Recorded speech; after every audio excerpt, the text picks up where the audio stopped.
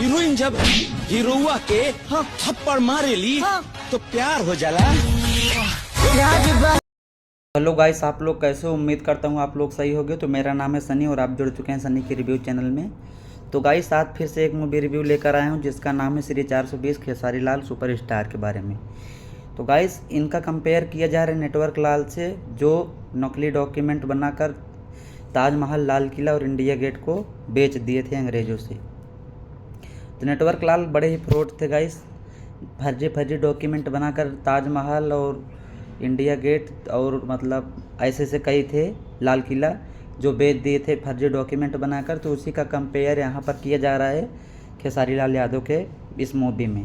तो इस मूवी में होता क्या है गाइस, इस मूवी में खेसारी लाल यादव बहुत बड़े फ्रॉड होते हैं और यह मूवी पूरी एक्शन से तो कम है लेकिन पूरी कॉमेडी से भरपूर मूवी होने लगी गाइस। पूरी इस मूवी में कॉमेडी ही कॉमेडी आपको नज़र आता दिखाई देगा।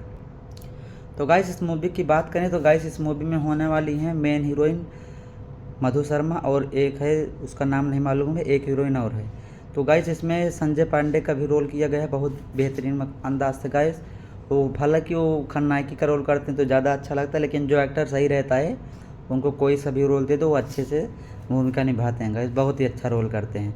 तो गाइस, हम बात करें इस मूवी में खेसारी लाल यादव की, तो खेसारी लाल यादव का इस मूवी में गाना है ऐसा कोई सगा नहीं जिसको हमने ठगा नहीं। तो गाइस, इस मूवी के गाने से यह संबंध होता है कि ऐसा आदमी जो भी कोई भी हो सबको ठगा है।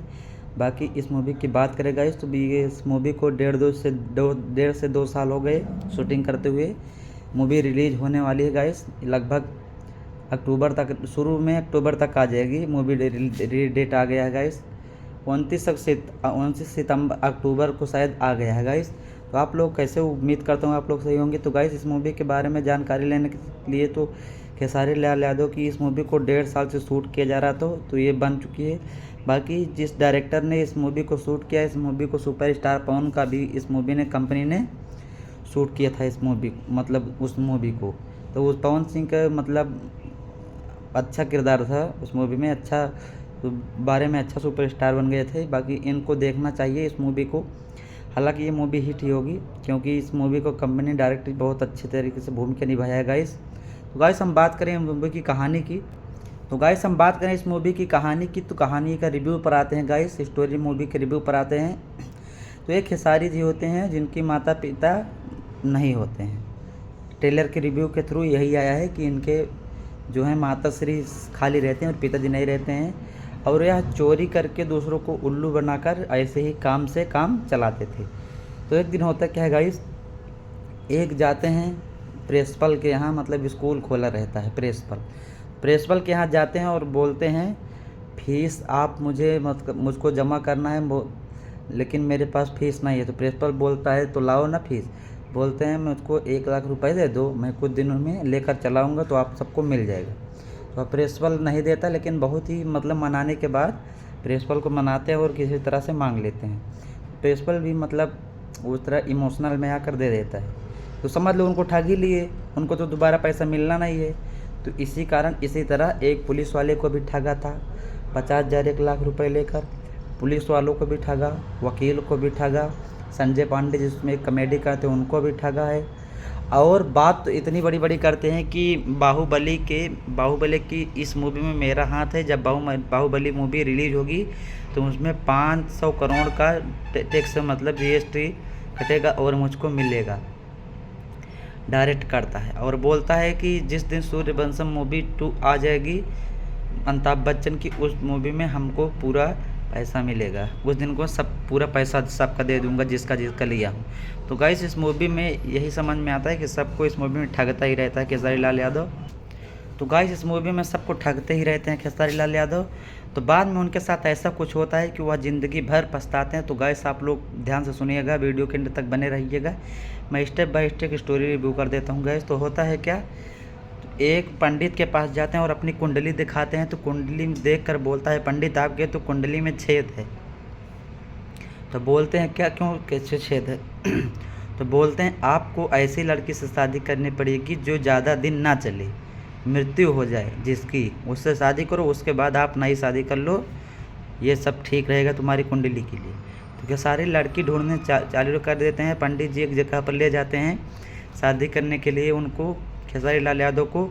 तो वहाँ पर लगभग 80 साल की बुढ़िया को दिखाया जाता है जो कि मरने वाली थी। खेसारी लाल यादव बोलते हैं मेरी कुंडली सही कर रहे हो, मेरी ज़िंदगी का लंका दहन कर रहे हो।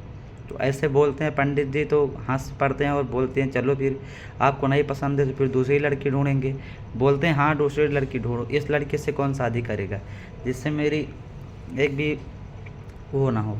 तो ऐसे ही 2-3 लड़की ढूंढते हैं और कोई लड़की नहीं मिलती है। तो मधु शर्मा जिसका हीरोइन नाम है वो मिलती है, उसके साथ शादी करते हैं। उसके बाद जब उसको घर ले जाते हैं 2-3 दिन रखते हैं, बोलते हैं इसको मरने वाली है, लगता है कोई इसको बीमारी है, तो मेरा तो काम हो जाएगा, उसके बाद में हो जाएगा सब चीज़, मेरी कुंडली सही हो जाएगी। तो गाइस होता क्या है, मधु शर्मा जब 1-2 दिन बीतती है तो सच्चाई जानकर आप भी मतलब रोंगटे खड़े हो जाएंगे गाइस। तो वीडियो के अंत तक बने रहना। चैनल को सब्सक्राइब ना किया हो तो चैनल को सब्सक्राइब करके बेल आइकन को ऑन कर दो गाइस। आप लोग सब्सक्राइब नहीं करते हो, इतने मेहनत से वीडियो बनाता हूँ गाइस। तो क्या मधु शर्मा क्या करती हैं, जब 2-3 दिन बीत जाता है तो बोलती हैं कि माफ़ करिएगा जी, बोलती हैं माफ़ करिएगा जी, मेरे को कोई बीमारी नहीं है और मैं मरूंगी नहीं, मुझको कैंसर नहीं है, मुझको कोई सी बीमारी नहीं है। खेसारी लाल के पैरों के तले ज़मीन खिसक जाती है। बोलते हैं जिसको ज़िंदगी में आज हमने ठगा, नेटवर्क लाल का मतलब दूसरा अवतार था, आज मुझको ही किसी लड़की ने ठगा है, किसी लड़के ने फंसाया है, किसी पंडित ने हमको फंसाया है और बहुत बुरी तरह से फंसाया है। तो वह खेसारी लाल यादव बहुत पछताते हैं और कुछ समय बीतने के बाद उनको जमता नहीं है। बोलते हैं जिंदी रहेगी तो मुझको आफत होगी। वह इतनी जल्दी शादी नहीं करने वाले थे, बल्कि कुंडली भले से पंडित जी को दिखा दिए थे, बाकी करना था उनको लव मैरिज शादी, लव मैरिज करना था। उसके पहले लड़की से ऐसे शादी करना था जिसकी मृत्यु हो जाए, ज़्यादा दिन ना चले। तो इसी तरह मधु शर्मा की माँ और बाप ने उनको फंसा दिया था। तो मधु शर्मा बोलती हैं मैं अपने पति से कभी सच छुपाऊंगी नहीं, मैं उनको बता ही देती हूँ, इससे अच्छा कोई मुझसे बड़ा पाप हो जाए, इससे अच्छा मैं बता ही देती हूँ। तो एक दिन शाम को बुलाती हैं खेसारी लाल यादव को और बोलती हैं कि मुझको सुनिए पर मेरे पतिदेव जी, आप मेरे राम भगवान के समूह हो, विष्णु के समूह हो, मैं आपको फंसाना नहीं चाहती हूँ, मेरी मृत्यु नहीं होगी, मुझे कोई बीमारी नहीं है और मुझे ये सब जो शादी किया गया है ये सब भूल चूक में किया गया और मुझको ज़बरदस्ती यहाँ पर लाया गया, मेरी शादी ज़बरदस्ती हुई, मेरी कोई बीमारी नहीं है, मैं नहीं मरूंगी अभी।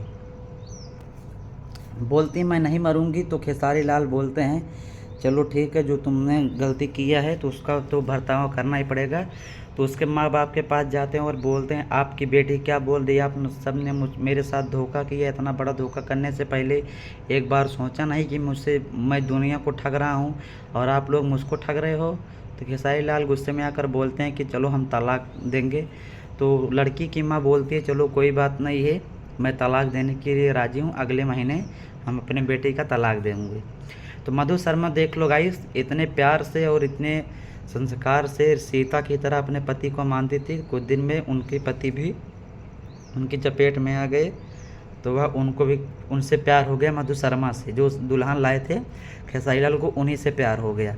अब तलाक का कागज़ भी उस तरह रेडी हो गया था और इसी कारण खेसारी लाल यादव उसमें पड़ गए, बहुत बुरी हालत में पड़ गए कि तलाक भी बोल दिया, कागज़ भी रेडी हो गया, जमानत मतलब कागज़ का डेट भी आ गया। अब कैसे करूं, ये मुझको प्यार मोहब्बत हो गई, इससे मैं कैसे छुटकारा ना पाऊं, इसको मैं क्या करूं जो सब हो जाए। तो गाइस लड़की की माँ सब कागज़ वगैरह लेके जाती है। तो बोलती है दामाद जी चलो कोई बात नहीं है, मेरी बेटी को छोड़ दो, ये रहा तलाक का कागज़, इस पर साइन कर दो। तो साइन करते हुए खेसारी का हाथ काँपने लगता है और साइन नहीं करते हैं। तो उस तरफ देखते हैं कि जो मधु शर्मा होती है उसके घर से कुछ विलन और गद्दार लेकर आते हैं, उनको किडनैप करके लेकर चले जाते हैं। और वहाँ पर जब जाते हैं खेसारी लाल यादव छुड़ाने के लिए, खेसारी लाल यादव से बहुत मारपीट होती है। तो गाइस मारपीट होती है, बहुत एक्शन होता है, बहुत मार धाड़ होती है। तो सभी विलनों का यही कहना था, यहाँ पर पुलिस भी आ गया था, गद्दार भी आ गया था, टीचर भी आ गया था, वकील भी आ गया था, जिसका उसने कर्जा लिया था, फ्रॉड किया था, सब ने दुल्हन को किडनैप किया था और बोल रहे थे यही कि पैसा दे दो दुल्हन ले लो। पैसा दे दो दुल्हन ले लो, पैसा दे दो दुल्हन ले लो। तो सभी विलन जो होते हैं यही बोलते हैं कि पैसा दे दो दुल्हन ले लो। खेसारी लाल यादव को गुस्सा आते बहुत मारते हैं और बाद में मधु शर्मा से बहुत प्यार करते हैं। तो गाइस इस मूवी में यही सॉन्ग लगा है, ऐसा कोई ठगा नहीं जिसको हमने मतलब ऐसा कोई सगा नहीं, सॉरी गाइस, जिसको हमने ठगा नहीं। तो इसी कारण नेटवर्क शर्मा जो नेटवर्क लाल होते हैं उनका डुप्लीकेट, उनका परमा अवतार खेसारी जी को इस मूवी में रोल दिया गया है ताकि इस मूवी के भूमिका को अच्छी तरह से बेहतरीन अंदाज में निभाएं। तो यही इस मूवी में उसके बाद विलन से बहुत लड़ाई होती है। उसके बाद जब मारधाड़ हो जाती है ख़त्म, जब मधु शर्मा को लाते हैं घर तो उनकी माता से माफ़ी मांगते हैं खेसारी लाल यादव कि माता जी हमको माफ़ कर दो, मुझसे गलती हो गई, इस तरह की मुझे लड़की कभी जीवन में नहीं मिलेगी। आप लोगों ने हमको ठगा नहीं है, मेरी आंखें खोल दी, आज से मैं सही रास्ते पर चलूँगा, आज से मैं किसी को ठगूंगा नहीं और मेरा जिस सगा है उसको भी नहीं ठगूंगा। तो गाइस इस मूवी की कहानी यहीं पर एंड होती है, मूवी स्टोरी रिव्यू एंड होता है। तो आप सब लोग को इस मूवी स्टोरी रिव्यू कैसा लगा? अगर आप लोग को अच्छा लगा हो तो चैनल को सब्सक्राइब करके बेल आइकन को ऑन कर दो ताकि अगली वीडियो फिर रिव्यू पर आए तो सबसे पहले आप तक पहुँचे। तब तक के लिए बाय बाय गाइस, सब्सक्राइब मी।